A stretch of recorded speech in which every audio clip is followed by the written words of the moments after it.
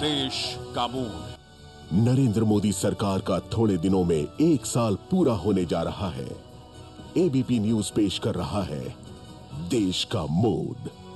नमस्कार। हम जानते हैं कि जिस मुल्क की आबादी 1 अरब से ज्यादा हो, उसकी समस्याएं 1 साल में उसका समाधान नहीं हो सकता। लिहाजा ये उम्मीद करना कि अच्छे दिन 1 साल में आ गए हों शायद बेमानी हो सकता है, मगर एक सवाल जरूर पूछा जाना चाहिए। वो ये कि क्या इस 1 साल में तथाकथित अच्छे दिन की नींव रखी गई है? क्योंकि जब प्रधानमंत्री नरेंद्र मोदी सत्ता पर आए थे तो यह चमत्कारी वादा था उनका कि अच्छे दिन आने वाले हैं। एबीपी न्यूज परख रहा है मोदी सरकार के इस 1 साल को। मैं परिचय करा दूं, 2 खास मेहमान मेरे साथ इस वक्त मंच पर हैं। बीजेपी की तरफ से जगदंबिका पाल साहब, कांग्रेस की तरफ से सीपी जोशी, और साथ ही यह शानदार ऑडियंस भी है जिनका ताल्लुक एनएसयूआई और एबीवीपी से है। इनके सवालात होंगे, मगर आइए कार्यक्रम को शुरू करते हैं। सबसे पहले 30 सेकंड में आप बताएं मुझे जगदंबिका पाल साहब कि ये 1 साल मोदी सरकार का देश के लिए अभिशाप या वरदान, और आपके 30 सेकंड शुरू होते हैं अब। मैं समझता हूं वरदान तो आप खुद मानेंगे। लगातार यूपीए में जब कोई डिबेट होता था तो आप पूछते थे कांग्रेस के लोगों से सवाल कि आखिर ये आपकी सरकार में पॉलिसी पैरालिसिस क्यों हो गई। तो आज सबसे बड़ा वरदान है भाजपा एनडीए में कि वो ये देश पॉलिसी पैरालिसिस से उबर चुका है और इस देश में ग्रोथ रेट बढ़ रहा है। जो कंज्यूमर प्राइस इंडेक्स जिसको महंगाई कहते हैं डबल डिजिट में हो गई थी, आज वो सिंगल डिजिट में आ गई है। पूरी दुनिया निवेश करने के लिए आमादा है। तो ये वरदान है इस देश के लिए। आपका वक्त खत्म होता हुआ सीपी जोशी साहब, मोदी सरकार 1 साल देश के लिए अभिशाप या वरदान, और आपके 30 सेकंड शुरू होते हैं आप। दूध के पाव पालने में नजर आते हैं। मोदी जी ने कहा था कि इस देश में ब्लैक मनी को लाएंगे। मोदी जी ने कहा था कि हम महिलाओं की सुरक्षा करेंगे। मोदी जी ने कहा था कि मेक इंडिया का काम करेंगे। मोदी जी ने कहा था नौजवानों को रोजगार देंगे। 1 साल में आज कितने नौजवानों को रोजगार मिला, कितना मेक इंडिया का इन्वेस्टमेंट हुआ, कितने हमने ब्लैक मनी यहाँ पर लाए, ये इस बात का प्रतीक है कि 1 साल वरदान नहीं है, ये इस देश में संसदीय प्रणाली को कमजोर करने के साल के रूप में याद किया जाए। और आपके 30 सेकंड भी खत्म हुए, बहुत बहुत शुक्रिया। तो चलिए चर्चा का आगाज करते हैं। पेट्रोल के दाम 4 रुपए बढ़ गए हैं जगदंबिका पाल साहब। मोदी जी ने बताया नहीं था कि वो जो नसीब वाला जुमला उन्होंने दिया था उसकी एक एक्सपायरी डेट भी थी। आपने बताया नहीं था कि उसमें शर्तें लागू हैं, टर्म्स एंड कंडीशन। 4 रुपए बढ़ गए पेट्रोल के दाम साहब, अच्छे दिन आ गए। आप तो मैं समझता हूँ विशाल जी, लगातार आपने बरसों से देखा है। ये शायद पहली बार हुआ है कि जब मई में 2014 में भाजपा एनडीए की सरकार थी, उस समय पेट्रोल के दाम क्या थे, उस समय डीजल के दाम क्या थे, और आज इस समय पेट्रोल और डीजल के दाम क्या है। जहां 5 साल में लगातार कांग्रेस यूपीए में पेट्रोल के डीजल के दाम लगातार बढ़ रहे थे, जिससे लगातार उसका परिणाम महंगाई सुरसा की तरफ बढ़ रही थी। पूरा देश उस महंगाई से करा रहा था। आज आप देखिए कि हिंदुस्तान में अगर सबसे बड़ा हुआ है तो आज उस समय पेट्रोल के दाम 75 रुपया थे और आज 78 रुपया 57 पैसे थे। आज घट के 63 रुपया 16 पैसे हैं। हमने 10 महीने में पेट्रोल में 15 रुपया 41 पैसा कम किया है। ये निश्चित तौर से मध्यम वर्गीय को लाभ है। और डीजल जिसमें पूरा ट्रांसपोर्ट डीजल का बता हुए हैं, अगर आप इसे अपनी उपलब्धि मान रहे हैं तो क्या आप मानेंगे कि ये 4 रुपए जो बढ़े हैं ये आपकी नाकामी है? नहीं, देखिए, आज डीजल के दाम हो, पेट्रोल के दाम हो, जो हमने पॉलिसी का डिसीजन किया था कि जिस तरह से अंडर रिकवरी इनके जमाने में थी, 1,40,000 करोड़ पब्लिक एक्सचेकर के पैसा के आंकड़े मुझे बता रहे हैं। मेरा सीधा सवाल था, क्या 4 रुपए जो बढ़े हैं, क्या आप इसकी जिम्मेदारी, क्या ये आपकी नाकामी नहीं है? नहीं, नाकामी नहीं है, नाकामी नहीं है। आप इस 1 साल में देखें, अगर दुनिया में अगर कच्चा तेल का दाम बढ़ रहा है, इसके बावजूद भी हमने अपने तेल के दामों में नियंत्रण कर रखा है। 10 महीने में अगर एक बार बढ़ा है तो आगे घटेगा भी। अब मैं आज आपको कह रहा हूं, निश्चित घटेगा। न तो तेल का भाव मोदी जी और भारतीय जनता पार्टी बढ़ा सकती है और घटा सकती है। ये अंतर्राष्ट्रीय जिस तरह से स्थितियां बनती है उसमें भाव बढ़ता है और घटता है।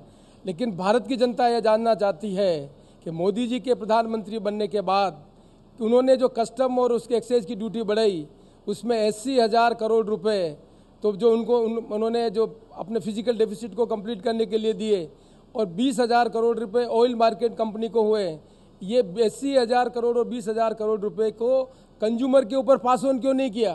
यदि 90,000 करोड़ रुपए कंज्यूमर के ऊपर पास ऑन करते तो पेट्रोल और डीजल के भाव और कम होते और लोगों का उसका रिलीफ मिलता। वो तो कह रहे हैं कि वो इंफ्रास्ट्रक्चर प्रोजेक्ट्स के लिए हैं। एक नया पैसा इंफ्रास्ट्रक्चर के लिए नहीं है। आज पूरा देश का किसान त्राही मान रहा है। किसान अपेक्षा कर रहा था इसलिए 80,000 करोड़ रुपए किसान को ट्रांसफर करते तो किसान में खुशी होती कि सरकार ने हमारे भले के लिए कुछ काम किया। 80,000 प्लस 20,000 करोड़ जो है वो खर्च होने वाला है इंफ्रास्ट्रक्चर पर। विश्वास नहीं जोशी साहब को। अब अगर वो जान करके अनजान बने, सीपी जोशी जी काफी विद्वान है। मैं इनकी मिनिस्ट्री का याद दिलाता हूँ जी कि जिस मिनिस्ट्री ऑफ सरफेस ट्रांसपोर्ट में थे और जिसमें ये वार्ड करते थे काम रोज पर डे के हिसाब से 7.5 किलोमीटर और अचीव होता था 5.2। आज 10 महीने में वहीं जहां 5 किलोमीटर ये प्रतिदिन सड़क बना रहे थे, आज हम 10 किलोमीटर से ऊपर सड़क प्रतिदिन बना रहे हैं। ये मैं जिम्मेदारी के साथ कह सकता हूं। और उसके बावजूद इंफ्रास्ट्रक्चर नहीं है, ठीक है, और 18 किलोमीटर रोज अवार्ड कर रहे हैं। अब हम आगाज करते हैं अपने इस पहले सवाल का, और वो सवाल ये कि राहुल गांधी के प्रवेश, पुनर्जन्म कह लीजिए, क्या इससे मोदी सरकार बौखला गई है? राहुल की वापसी से बैकफुट पर सरकार इंटरनेट को भी बड़े बड़े उद्योगपतियों को बांटना चाहती है। दो तीन उद्योगपतियों की सरकार चल रही है, मगर जो इस देश को बनाते हैं, जो अपने पसीने से इस देश को बनाते हैं, उनकी सरकार नहीं है। हमारी सरकार है, हमारी सरकार है, आपकी सरकार है, मगर किसान और मजदूर की सरकार नहीं है। क्या किसान मेक इन इंडिया नहीं है? जब देश भर में किसान ओला बाड़ी और बरसात से जूझ रहा था, तब ये कहां पे थे? जब से ये वापस आए कि अपने संसदीय क्षेत्र में गए, वापस आके अपने आप को रेजरेक्ट करने के लिए जो ड्रामा खेल रहे हैं, वो अमेठी में जाके खेले, पंजाब में नहीं। सिर्फ एक मंडी के विजिट करने से, जाने से किसान की हालत का, समस्या का निदान होने वाला नहीं है। एक मंडी में जाकर के और उंगली कटा करके लोग शहीद बनने का काम कर रहे हैं। जगदम्बिका पाल जी, आपको समझ नहीं आ रहा उस शख्स जिनका मजाक आप अब तक उड़ाते आए थे कि उससे डील आप कैसे करें? एक धड़ा कहता है कि साहब रिस्पॉन्ड ही मत करो उन्हें, मगर दूसरी तरफ जब अमित शाह से प्रतिक्रिया ली जाती है राहुल गांधी के पंजाब यात्रा पर, तो वो ये कह देते हैं आप हरसिमरत कौर बादल से बात कीजिए। तो राहुल गांधी इतने बड़े सिरदर्द का सबब कैसे बन गए आपके लिए?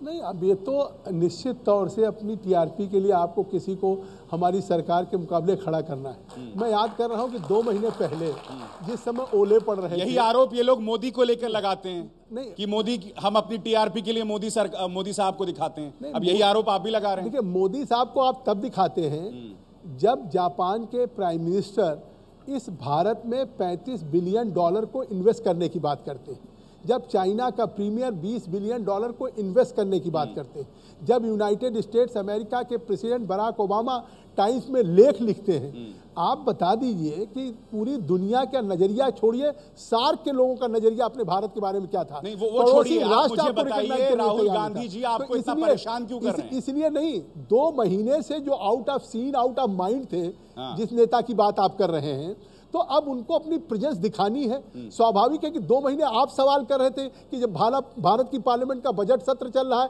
इसमें चर्चा लेने के बजाय वो कहां भी विपासना में गए हैं। आज प्रधानमंत्री जाते हैं, उनका पल पल का, दुनिया के किसी मुल्क के दौरे का 1-1 मिनट का इस्तेमाल भारत की जनता के हित में होते देखते हैं। राहुल फैक्टर वो 2 महीने कहां रहते हैं? राहुल फैक्टर का कोई इंपैक्ट नहीं है बकौल जगदम्बिका पाल, क्या कहेंगे आप? जगदम्बिका पाल जी को निश्चित तौर पर ऐसे ही सोचना चाहिए। प्रतिपक्ष में सक्रिय भूमिका निभाने की जिम्मेदारी होती है विपक्ष की, और विपक्ष का जो नेतृत्व करता है वो पब्लिक पल्सेस को समझता है। क्या ये सही नहीं है कि 1 साल तक जनता को आश्वासन देने के बाद कोई भी काम, कोई भी नीति इस देश में लागू नहीं करके विदेश में जाकर देश की बातें करने वाले प्रधानमंत्री जी अभी तक भी इलेक्शन मूड में हैं। क्या नौजवान आदमी जिसने ट्विटर पर और इस पर इनका मदद की थी, उनकी नेट न्यूट्रलिटी के संबंध में उन्हें मालूम नहीं था? अरे आप राहुल गांधी को ट्विटर पर तो ले आइए। क्या उन्हें मालूम नहीं था? तो राहुल गांधी को ट्विटर पर ले आइए। राहुल गांधी जी ट्विटर पर भी आएंगे, सड़क पर भी आएंगे, संघर्ष भी करेंगे और रात भी पलटेंगे। सवालों का सिलसिला शुरू करते हैं। पहला सवाल, मोदी जी जब यूपीए की सरकार थी तब मोदी जी ने ट्वीट किया था कि ये यूपीए की सरकार महंगाई रोकने में यूपीए सरकार की सबसे बड़ी विफलता। 30 दिन पहले $56 प्रति बैरल का जो कच्चे तेल की कीमतें थी, जो 30 दिन बाद हमें तेल मिलता है, आज 4 रुपये उसका रेट बढ़ा है। और कल जो 62 रुपये जो डॉलर प्रति बैरल का जो रेट बढ़ा है, इसका मतलब तो ये हुआ कि 80 रुपये के करीब या 100 रुपये के करीब ये सरकार इस तेल की कीमत को पहुंचा देगी। तो क्या ये बीजेपी सरकार की विफलता नहीं है? नहीं, बिल्कुल विफलता नहीं है, क्योंकि देखिए अभी तक जो कांग्रेस यूपीए की सरकार में जो एक अंडर रिकवरी कहा जाता था कि 1,40,000 करोड़ इन कंपनियों को, चाहे भारत पेट्रोलियम हो, इंडियन ऑयल हो या और सभी कंपनियां हो, उनका लॉस था। आज 30,000 करोड़ पे रह गया। और आज ये जो पैसा आ रहा है, उस पैसे को हम इस देश के, जो हमने शुरू में ही कहा था कि इसके इंफ्रास्ट्रक्चर पे खर्च कर रहे हैं, और महंगाई का इसके बावजूद इस पे कोई प्रभाव नहीं। जब चीज़ों के दाम जिस तरीके से बढ़ते थे लगातार पेट्रोलियम, आज लोगों को ये मालूम है कि ये दाम बढ़ा है। ये 2-4 दिन के लिए अंतर्राष्ट्रीय मार्केट में अगर कीमतें $62 पहुंच गई कच्चे तेल की, तो आज ये बढ़ गया है। लेकिन लोगों को उम्मीद है कि ये भाव फिर कम होगा, इसलिए निश्चित तौर पर महंगाई पर नियंत्रण लगेगा। मेरा सवाल सीपी जोशी जी से है कि राहुल गांधी जी कब तक ये सीजनल पॉलिटिक्स करते रहेंगे? कुछ दिन दिखाई देते हैं, फिर गायब हो जाते हैं, और वो अभी खुद 2 महीने छुट्टी मना कर आए हैं, और वो उस प्रधानमंत्री पर सवाल उठा रहे हैं जो संडे के दिन भी काम करता है। मेरे ख्याल से वो फिल्मों में होता है स्पेशल अपीयरेंस। अब स्पेशल अपीयरेंस से उन्हें मुख्य नायक की भूमिका में आ जाना चाहिए। किसी भी भारतीय जनता पार्टी के कार्यकर्ता और हमारे एबीपी के नौजवान साथियों को मालूम है कि 2009 में प्रधानमंत्री मोदी जी बनेंगे। 10 में उनको मन में थी, 11 में उनको मन में थी। ये तो 13 में जाकर मोदी जी प्रधानमंत्री बनने के लिए सीन पर आए हैं। हमारा नेता तो आज पर सीनियर, अगला सरकार जो बनेगी उसमें प्रधानमंत्री राहुल गांधी बनेंगे, चिंता करने की जरूरत नहीं। सवाल यहाँ पर यह है कि राहुल गांधी सक्रिय तो दिखाई दे रहे हैं। इन्होंने तो खैर मीडिया पर यह आरोप मढ़ दिया कि मीडिया अपनी टीआरपी के लिए दिखा रही होंगे, मगर सवाल यह कि राहुल गांधी स्थायी तौर पर रहेंगे या नहीं, या फिर गायब हो जाएंगे? क्या इस देश के प्रधानमंत्री को किसान की हालत जानने की आवश्यकता नहीं थी? क्या उन्हें नहीं मालूम था कि हेलिस्टॉर्म हुआ है? क्या प्रधानमंत्री जी गए किसी किसान के यहाँ? मगर स्पेशल अपीयरेंस ना करें राहुल गांधी। केवल मात्र जापान में जाकर, अमेरिका में जाकर भाषण देकर अपने वोट के कटर करने की बात अलग है, लेकिन देश के प्रधानमंत्री से किसान अपेक्षा कर रहा था कि तकलीफ के समय में हमारे बीच में आए, भूकंप के समय में हमारे बीच में आए। लेकिन प्रधानमंत्री जी अभी ना बिहार में गए, न आज असम में गए, न आज और कोई दूसरी जगह पर जहाँ भूकंप आया गया है। क्या देश के प्रधानमंत्री से लोग सीपी जोशी जी कह रहे हैं कि प्रधानमंत्री जी कहीं गए नहीं। मैं समझता हूं कि आज प्रधानमंत्री जी अगर देश के प्रधानमंत्री हैं, और जिस तरह से किसी प्रधानमंत्री से हम उम्मीद करते हैं कि एक कैप्टन की तरह से अपनी पूरी टीम को एक डिलीवरी दे, और वो डिलीवरी आप देख रहे हैं। अभी नेपाल के देश में जिस तरह का अर्थक्वेक आया है, शायद मैं समझता हूँ उस त्रासदी से नेपाल छोड़े पूरी दुनिया के लोग दुखी हैं। और आज उसका नतीजा है कि भारत में नहीं, नेपाल की आर्मी, पूरी दुनिया के लोग प्रशंसा कर रहे हैं। दूसरे देश के लोग भी भारत के प्रधानमंत्री से करें कि हमारे नागरिकों को नेपाल से निकालने का काम करिए। और जिस तरह से रेस्क्यू का काम हुआ जम्मू कश्मीर में वो गए, मैं बता दूं। और जो कह रहे हैं कि किसानों की चिंता नहीं है, मैं अफसार जी बड़ा महत्वपूर्ण सवाल जोशी जी ने उठाया, क्योंकि ये भी एक राजस्थान के कृषि क्षेत्र से आते हैं। आप खुद सरकार में रहें, अभी तक अगर किसान का नुकसान होता था, ये पैरामीटर देश की आजादी का ब्रिटिश हुकूमत से चली आई कि जब 50% फसल का नुकसान होगा तब मुआवजा मिलेगा, उसको घटा के श्रीमान मोदी जी ने 33% कर दिया है। मुआवजे को 1.5 गुना बढ़ा दिया है। अब ये जुमला तो है नहीं, कम से कम मेरे साथी जगदम्बा पाल जी को ये मालूम होना चाहिए, एक मिनट पाल साहब जवाब ले लेते हैं। जगदम्बा पाल जी को मालूम होना चाहिए कि WPI होलसेल प्राइस इंडेक्स 37% बढ़ा है। केवल मात्र 50% की वाई लेना अलग बात है, लेकिन 37% तो केवल मात्र WPI में बढ़ा है। WPI बात कर रहे हैं, पैसे बढ़ाए, सुन लीजिए अफसार जी, कंज्यूमर प्राइस इंडेक्स जो मैं कह रहा हूँ, यूपीए के मई 2014 में 11.2% था। एक वक्त पे एक व्यक्ति बोले, कंज्यूमर प्राइस इंडेक्स इस देश में मई 2014 में 11.2 था, और आज इस अप्रैल में 5.1% 30% है। जोशी साहब ये महंगाई को कम नहीं किया है, ये देश का परिणाम। किसी महंगाई का पैमाना जो कंज्यूमर का प्राइस इंडेक्स होता है वही इन्फ्लेशन का पैमाना है। पाल जी अपना करेक्ट कर ले। 14 फाइनेंस कमीशन पूरे देश को 61,000 करोड़ रुपए नेशनल डिजास्टर फंड के लिए उन्होंने एलोकेशन किए हैं। भारत सरकार ने जो नियम बदले जिसकी बात कर रहे हैं, जिसमें पैसा बढ़ाया उन्हें, उसमें केवल मात्र 5,000 करोड़ रुपए बढ़े हैं। चलिए खाली भाषण देना। चलिए इस मेरा जवाब कार्यक्रम के इस हिस्से में हम अभिषेक जी की बात कर रहे हैं, फाइनेंस कमीशन की बात और की है, उनके सियासत में अवतरित होने की बात कर रहे हैं। सवालों के सिलसिले को आगे बढ़ाते हैं। जोशी जी की बात सुन ली, मैंने जोशी जी की बात सुन ली। जोशी जी ने कहा कि 14 फाइनेंस कमीशन की जो रिपोर्ट आई है और जो कह रहे हैं कि हमने बहुत पैसा बढ़ा दिया है, उसमें मात्र केवल कह रहे हैं 5,000 करोड़ बढ़ा है। मैं एक बात मैंने आपको सुना, मैंने आपको सुना, मैंने आपका सुना, मैं कह रहा हूं कि हमने पहली बार सरकार एडिशनल मेरी सुन ली, भारतीय जनता पार्टी एनडीए की सरकार ने, आप दोनों एक वक्त पे बोल रहे हैं, मैं सवाल लेता हूं, राज्यों में मैं सवाल लेता हूं, आपको 32% से हमने 42%। ठीक है, आप बोल चुके, 1,68,000 राज्यों को। हम रुक करना चाहेंगे अपने कार्यक्रम के अगले हिस्से का, और वो ये कि मोदी सरकार सूट बूट की सरकार है या सूझबूझ की सरकार। सूट बूट या सूझबूझ की सरकार। एक बात तो बिल्कुल स्पष्ट है कि आपकी जो सरकार है वो किसानों की मुश्किलों को इग्नोर, बोलने दीजिए, किसानों की मुश्किलों को इग्नोर कर रही है और मजदूरों की आवाज को नहीं सुनती है। आप लोगों की सरकार उद्योगपतियों की सरकार है, वो सब जानते हैं, हम भी जानते हैं, आप भी जानते हैं। बड़े लोगों की सरकार है, कॉर्पोरेट सरकार, कॉर्पोरेट सरकार है। नहीं, सुनिए तो Deputy Speaker, sir, you must please control them. आपकी सरकार बड़े लोगों की सरकार है, सूट बूट की सरकार है। अर्थव्यवस्था के संचालन में और इस देश के संघीय ढांचे को बरकरार करने में हमारी सरकार की प्राथमिकता स्पष्ट है। We are very clear about it. ये सूझबूझ की सरकार है और इसमें कोई गलतफहमी ना रहे।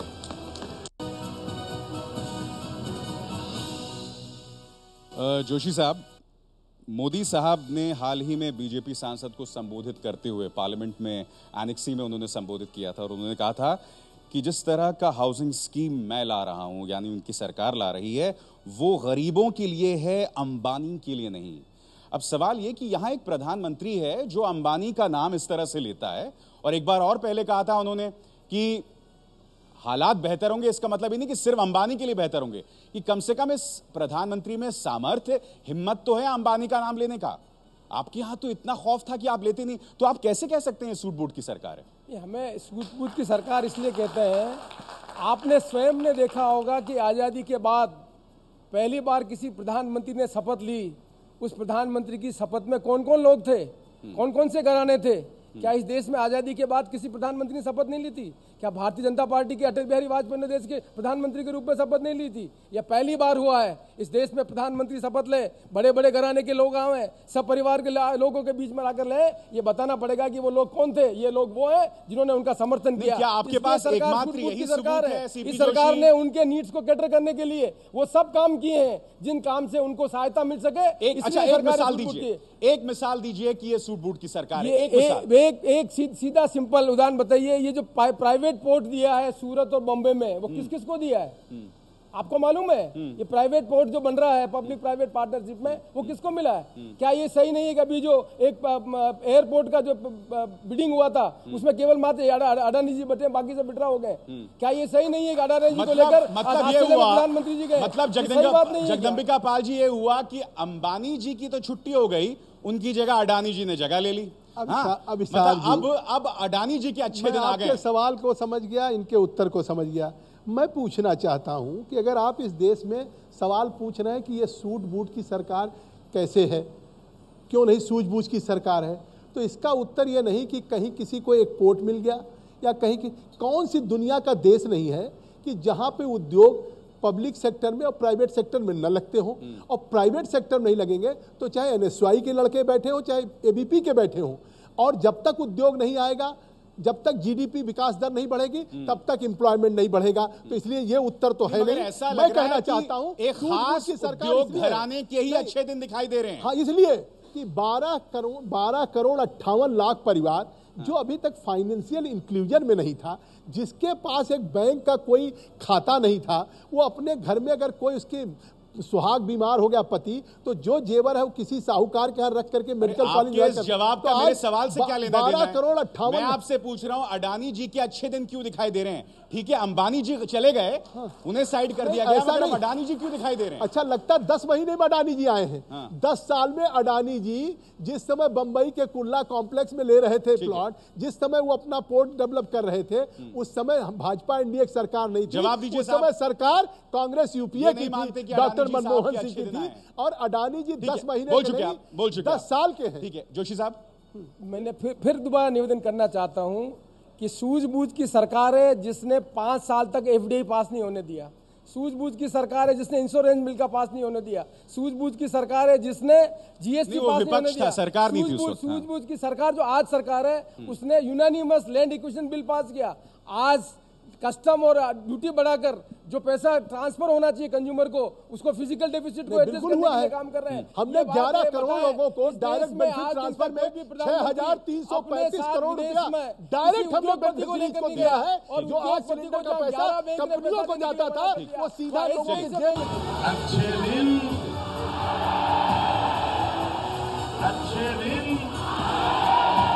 देश का मूड। अब वक्त आ गया है कि मैं अपने कार्यक्रम के अगले हिस्से का रुख करूं, और ये जो है लगातार विपक्ष ने प्रधानमंत्री मोदी की आलोचना की इस मुद्दे को लेकर, और वो ये कि विदेश यात्राओं को लेकर आखिर प्रधानमंत्री मोदी की आलोचना क्यों?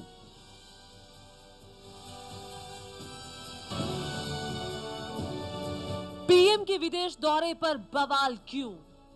सरकार कहती है कि मेक इन इंडिया होना चाहिए। सुनो, हाँ वो तो है, वो तो है। प्लीज प्लीज प्लीज, ये सरकार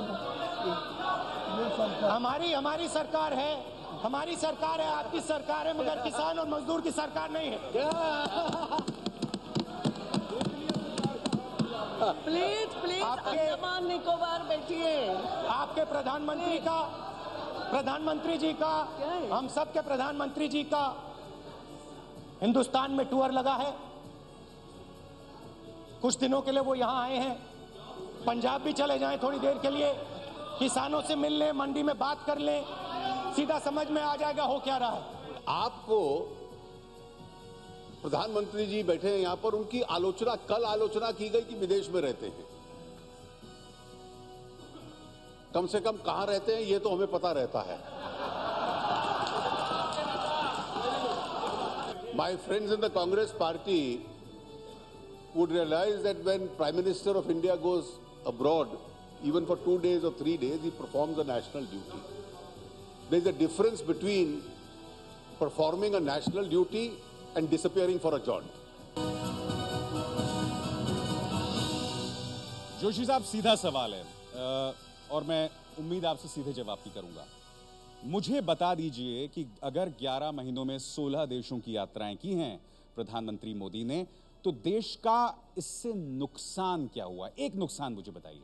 प्रधानमंत्री जी विदेश में जाएं, ये हमारे लिए गर्व की बात है, लेकिन प्रधानमंत्री जी विदेश में जाकर देश के लिए प्रचार करें जैसे अभी भी चुनाव मोड में हो, ये हमारा कंसर्न है। नहीं, नुकसान क्या हुआ ये बताइए मुझे। आज 60 कांग्रेस की छवि का नुकसान हुआ? में कांग्रेस में कुछ नहीं कहा, मंगलम ऐसे पहुंच गए, उपग्रह ऐसे बन गए, IIT का काम ऐसे हो गया, ये एक दिन में काम हो गया क्या?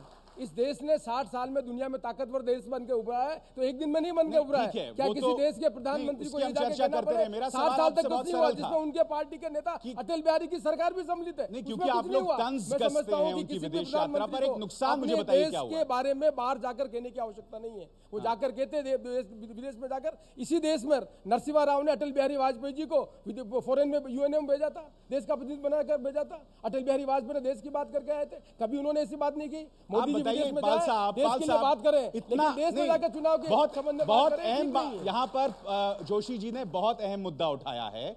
इतना दोहराव क्यों पैदा कर रहे हैं प्रधानमंत्री मोदी अपने रवैये से? वहां जाकर आप आलोचना कर रहे हैं कि अब स्कैम की सरकार नहीं है। ये इस तरह की चीजें बोलने की जरूरत क्यों, इतनी कड़वाहट क्यों? कोई कड़वाहट नहीं है। और मैं एक बात आपका जवाब देना चाहता हूं कि जो पहला सवाल आपने किया उसका और दूसरे सवाल का जवाब। पहला सवाल तो आपने ये किया कि प्रधानमंत्री जी अगर विदेश में जा रहे हैं तो आपने जोशी जी से सवाल पूछा देश का क्या नुकसान है, उसका जवाब उन्होंने नहीं दिया।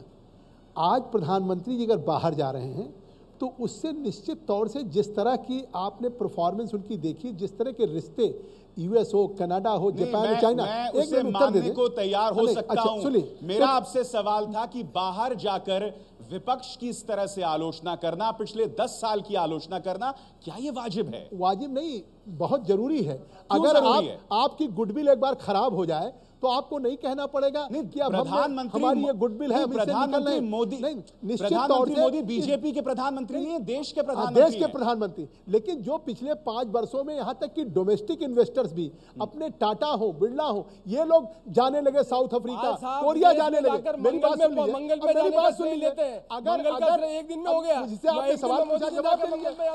अगर डोमेस्टिक साल तक स्कीम हो गया, हमको नहीं कहना पड़ेगा कि अब उस देश में भ्रष्टाचार नहीं है, अब उस देश में 2G जैसा स्कैम नहीं होगा। हिंदुस्तान की जनता के समझ में चलिए सवाल लेते हैं, नहीं होगा। सवाल लेते हैं। जीरो लॉस कहते थे जब टोल स्कैम हुआ, 2G का हुआ तो कहा जीरो लॉस है। किसका बयान? कपिल सिब्बल जी का था। और आज 17 ब्लॉक ऑप्शन किया, स्पेक्ट्रम का फैसला, कोल का फैसला क्या ऑप्शन करने का? भारतीय जनता पार्टी ने नेताओं ने नहीं किया। करोड़ मिल रहा है, इससे साफ है। ठीक है, अगला सवाल पाल साहब आप ही से सवाल है। सवाल ये थोड़ी सांस ले लीजिए, 4 लाख करोड़ थोड़ी सांस ले लीजिए आप दोनों, एक मिनट से मिल ठीक है, सकता है तो वो पैसा कहाँ पाल गया? साहब जी से मेरा ये सवाल है कांग्रेस यूपीए के कि अभी नेताओं को, देश की जनता को जवाब देना ठीक है, पड़ेगा। ठीक है, इसलिए नहीं कि आप इस तरीके से भ्रष्टाचार कर। अभी हमारे देश के प्रधानमंत्री जी बाहर गए थे, जिसको चाहिए दे दीजिए। अरे पाल सुप्रीम साहब, कोर्ट क्या कर रहा है? इसका सवाल उन तो घरानों सुन के लीजिए। खिलाफ- अरे उन इनका घरानों- सवाल सुन लीजिए। सवाल ले रहे हैं। एक मिनट। माननीय जन पाल साहब से मेरा सवाल ये है कि इस देश के अंदर जितने भी आज तक प्रधानमंत्री हुए हैं उनमें सबसे ज़्यादा अगर सूट बूट और अपना पहनने में जो खर्चा हुआ है वो मेरे ख्याल आज के हमारे पीएम है। दूसरा सवाल ये है कि एक सवाल टाइम पे ये कोई हमेशा वो खादी पहनते हैं और जिस तरीके से वो साधारण वेशभूषा के रूप में रहते हैं, मैं समझता हूं कि उससे आप इस बात को क्यों, इसका मतलब आपके पास कोई मुद्दा नहीं है। आज देश के जो विकास के लिए वो काम कर रहे हैं, देश में फाइनेंशियल इंक्लूजन के लिए काम कर रहे हैं, डेवलपमेंट के लिए, इंडस्ट्रियल ग्रोथ के लिए। आज पहले दिन शपथ लिया, सार्क के सभी राष्ट्राध्यक्ष आपके बीच में मौजूद थे।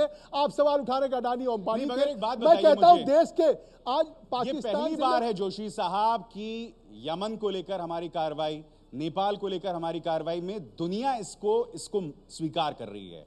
तो आप नहीं मानते कि बेशक इन्होंने 16 देशों की यात्रा की है, मगर उसके कुछ नतीजे दिखाई दे रहे हैं, परिणाम दिखाई दे रहे हैं। हम भी मानते हैं कि चाइना के प्रधानमंत्री के साथ जब झूला झूल रहे थे, जब चाइना के लोग वहां पर आकर आक्रमण कर रहे थे, हम भी मानते हैं न्यूक्लियर लाइबिलिटी के बिल के लिए करेंगे। आप बात नेपाल की करेंगे अगर संवेदनशीलता होती है तो अब आप मुद्दे से मत भटकिए जोशी साहब। सवाल मेरा बहुत सरल था छात्र यूक्रेन मेरा के सवाल आपसे ये था की कि अगर प्रधानमंत्री सक्रिय दिखाई दे रहे हैं विदेश नीति के मोर्चे पर तो वो बहुत जरूरी है, क्योंकि हमारे देखिए जापान चाइना की तरफ से इस देश का विदेश मंत्री दिखाई नहीं दे, तकलीफ की बात है। हम तो नेहरू के विदेश नीति की भी बात करते हैं। हम तो इनके कार्यक्रम आपने देखा, ये कह रहे थे हम मनरेगा लोकसभा में मनरेगा में 34,000 करोड़ दिया और हमारी सरकार ने देश के ग्रामीण। मगर प्रधानमंत्री पिछले 1 साल में अगर हमने एक और चीज पर गौर किया हो, वो है पाकिस्तान के साथ हमारी नीति, उसमें परिवर्तन आया है।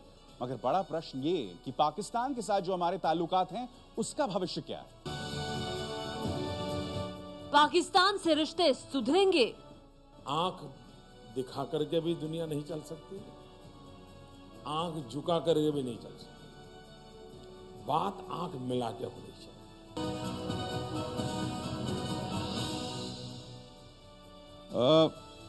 पाल साहब मुझे एक बात समझाइए, मैं बहुत असमंजस में हूं।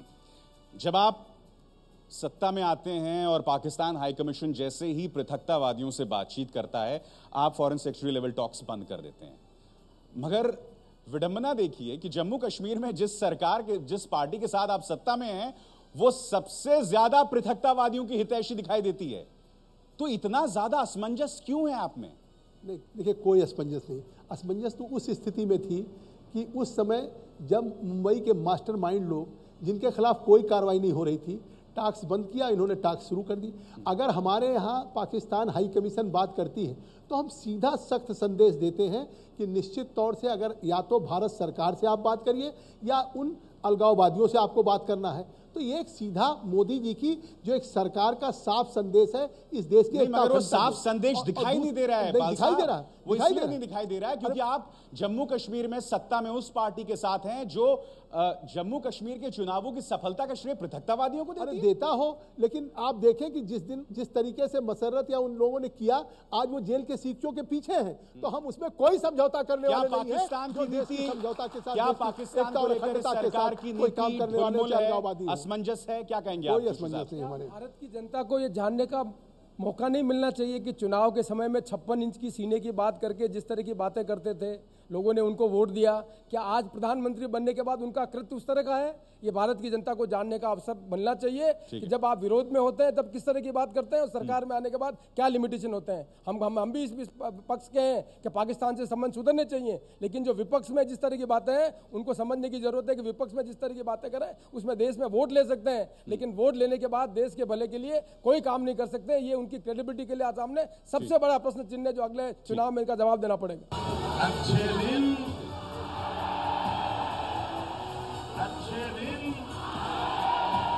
देश का मूड। पूरा हिंदुस्तान मोदी सरकार के 1 साल के काम से खुश है, एस चौधरी ने ट्वीट किया। अच्छे दिन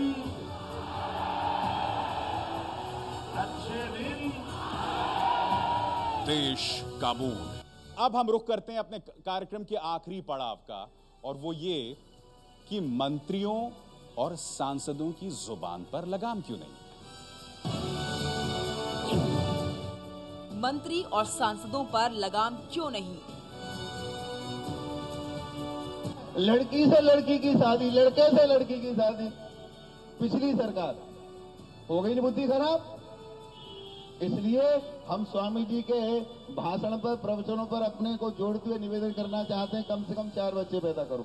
फैसला करना याद रखिएगा, ये आपको तय करना है कि दिल्ली में राम यादव की सरकार बनेगी या हराम यादव की सरकार बनेगी। आपको स्वयं फैसला करना है। एक आदमी ने और कहा, अगर राजीव गांधी कोई नाइजीरियन लेडीज से ब्याह किए होते, गोरी चमड़ा नाम था, तो क्या कांग्रेस पार्टी उसको नेतृत्व स्वीकारती क्या? पर एक पत्रकार मित्र, देश संविधान की मर्यादाओं के बाहर नहीं चल सकता है। किसी को भी कानून हाथ में लेने का अधिकार नहीं होता है। किसी को भी संप्रदाय के आधार पर किसी के साथ डिस्क्रिमिनेशन करने का अधिकार नहीं होता है। हर एक किसी को अपने साथ चलने का अधिकार है। और मेरी जिम्मेवारी है, सरकार में बैठा हूं, सरकार कैसे चलेगी उसकी जिम्मेवारी है। और इसलिए मैं आपको कहना चाहता हूं, और मैं बार बार कहता हुआ आया हूं, संप्रदाय के नाम पर अनाप शनाप बातें करने वालों को कहना चाहता हूं, मैं ये कहना नहीं चाहता हूं आज मैं आपका मुंह बंद करने के लिए, मेरे पास हजारों चीजें हैं, मैं समय बर्बाद नहीं करता हूं, इसके लिए मैं समय बर्बाद नहीं करता हूं। लेकिन मैं आपको कहना चाहता हूं, हमारा कमिटमेंट क्या है वो मैं आपको कहना चाहता हूं। मैंने बार बार कहा है, मेरी सरकार का एक ही धर्म है, मेरी सरकार का एक ही धर्म है, इंडिया फर्स्ट।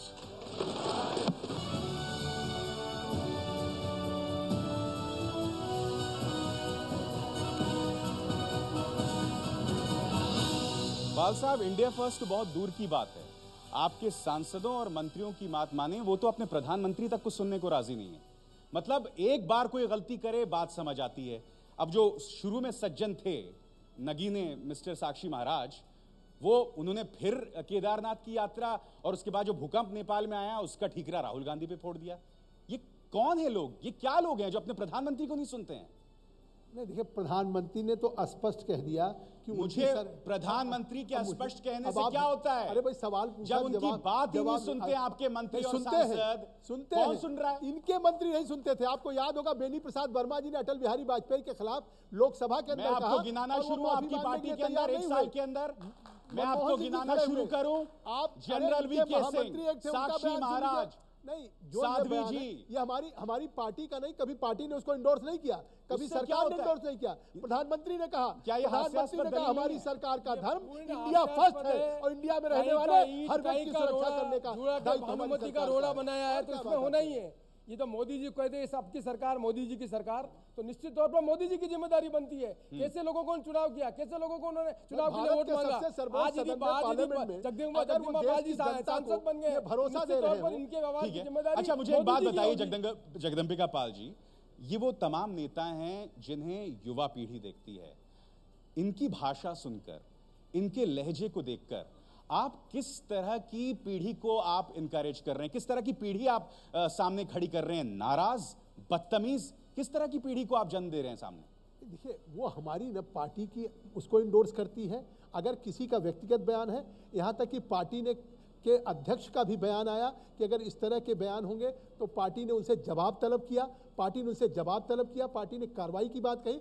मैं समझता हूं कार्रवाई कहां, नहीं क्यों नहीं, कार्रवाई तो दिखती नहीं है। चलिए अगला सवाल लेते हैं। और आप सवाल का जवाब नहीं दे रहे हैं क्योंकि मैं जवाब दे रहा हूं। सांसद और मंत्री सुधरने का नाम नहीं ले रहे हैं। क्यों नहीं सुधर रहे हैं? सांसद और मंत्री हमारे निश्चित तौर से। मैं जगदम्बिका पाल जी से जानना चाहता हूं कि प्रधानमंत्री जी का विशेषाधिकार होता है मंत्री को बनाना और हटाना, और देश की जनता ने बहुमत से मोदी जी को अपना नेता चुना है, तो उन्होंने इतनी सब अनर्गल बातें ये मंत्री सब कर रहे हैं, इनको हटाया क्यों नहीं? जब एब्सोल्यूट पावर में थे तो देश के लोगों को ये मंत्री गाली। सीधा सवाल। कॉन्स्टिट्यूशन में डबल जीओ पार्टी नहीं होता। अगर किसी मंत्री ने बयान दिया और वो मंत्री अगर सार्वजनिक रूप से खेद प्रकट करता है तो क्या उस मंत्री को हटा दिया जाना चाहिए? सर आपके मंत्री खेद प्रकट करने के बाद उससे बड़ी गलती दोहराते हैं। मैं समझता हूं कि अगर किसी मंत्री ने, सांसद ने अगर कोई इस तरह का बयान दिया है जिसको हमारी पार्टी ने, सरकार ने इंडोर्स नहीं किया है, उसको पार्टी की तरफ से डायरेक्टिव हुआ है और उन्होंने ये तो चलता ही रहेगा ऐसा लग रहा है सिलसिला। पाल साहब नहीं दे सकते का उत्तर पाल साहब नहीं दे सकते पार्टी में, क्योंकि सरकार बनाने में बताया तैयार नहीं होता था। आप एक बयान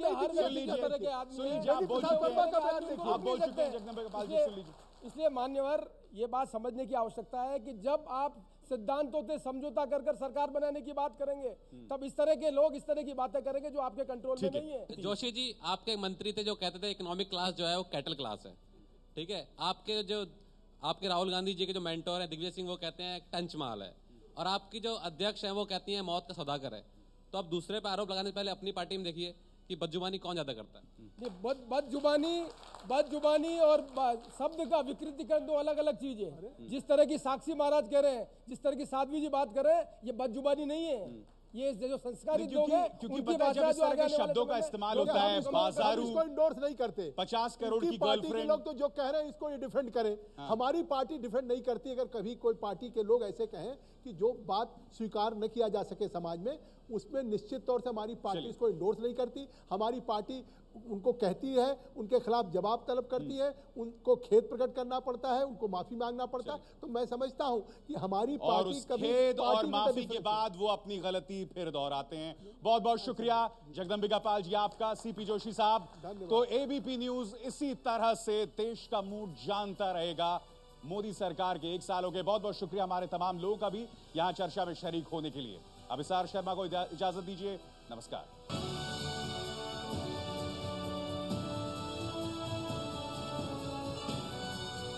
अच्छे दिन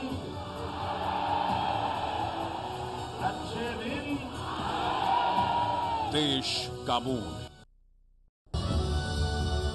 यूपीए से आरटीआई और आरटीई मिले, एनडीए से योजनाएं मिली, दोनों सरकार मूर्ख बनाने में लगी है, पूरी तरह से फेल सरकार है, अनूप मित्तल ने ट्वीट किया।